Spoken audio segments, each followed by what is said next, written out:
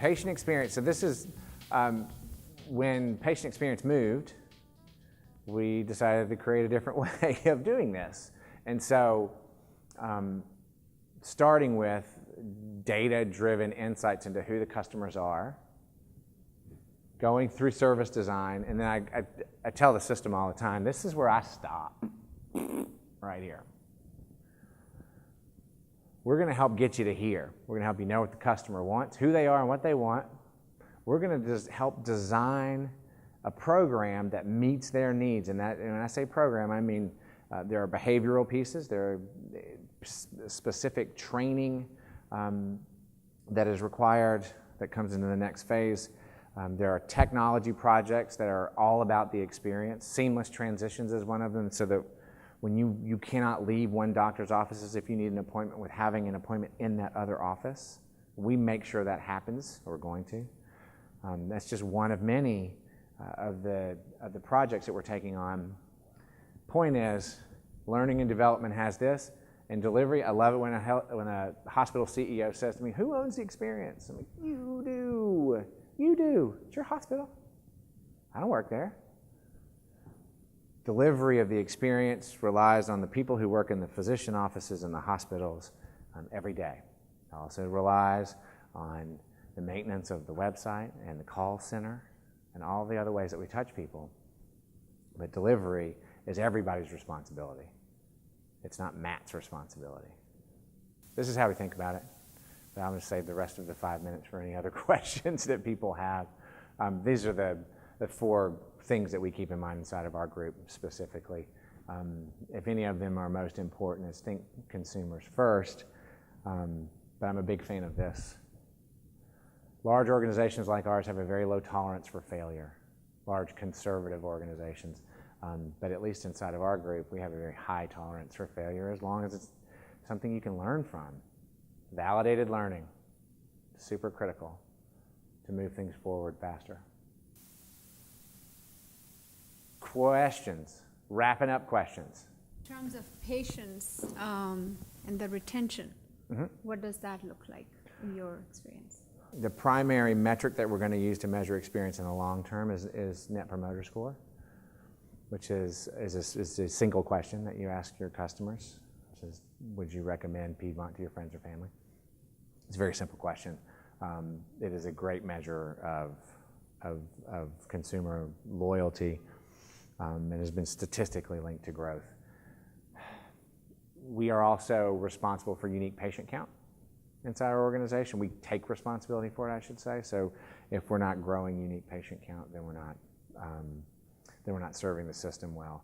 So we don't have a good retention number yet, and part of that stems back to our lack of a fully functioning CRM. Is the business model going forward to address some of this? No. Doesn't mean it won't. We won't at some point. It doesn't mean it won't be put on us by our friends in the federal government.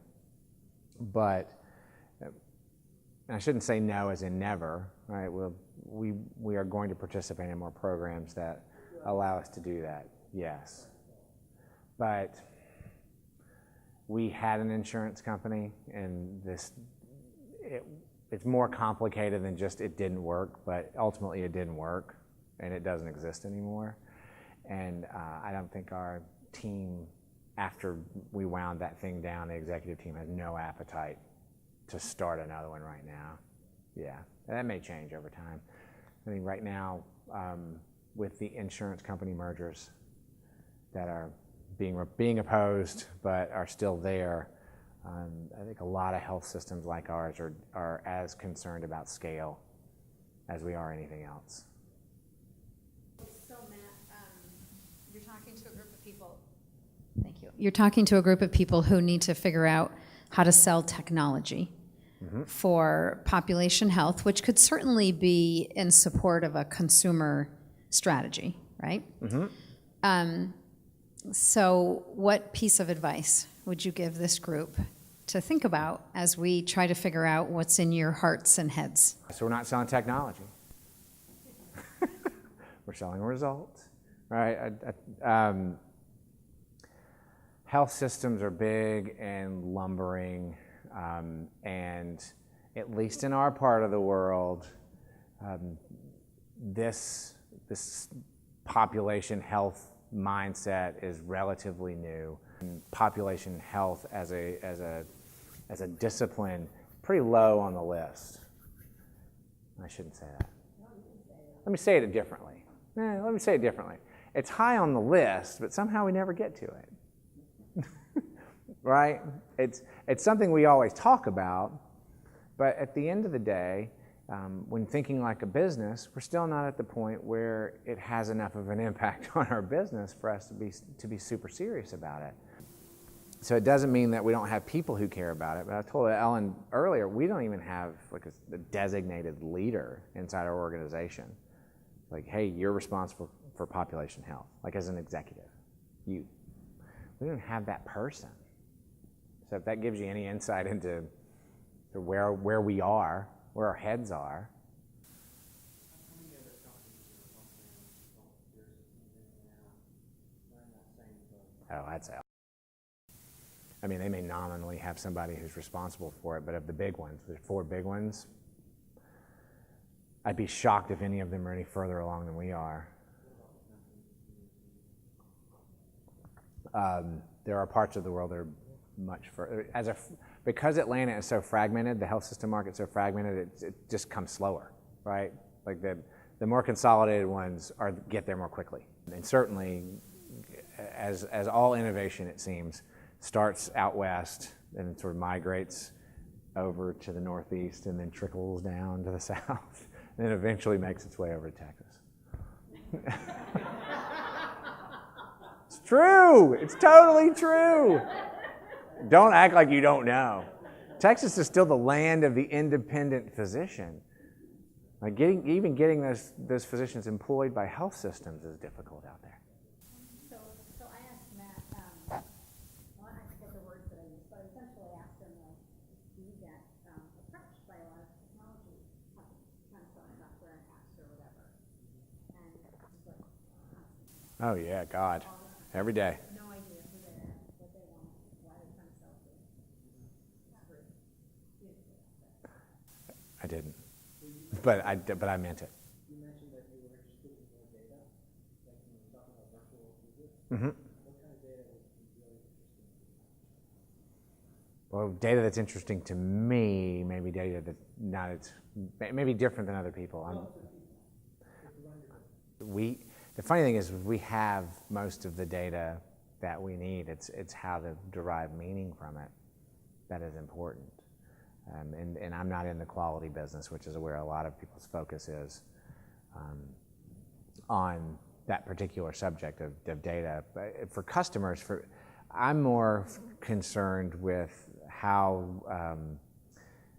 do we position ourselves to stay relevant. I need to know more about consumers' individual behaviors and how they, is access and convenience is going to continue to be the top thing. I'm convinced that we should be a retail company on that side of the business. And so how we design ourselves, and is that what people are looking for? It's what they say they're looking for now. Is it going to stay relevant in the future? I don't know. Do you think all the programs and things you're talking about today, you can do extra leverage with the payer community? Not yet. Not yet. I think they may generate a degree of respect, and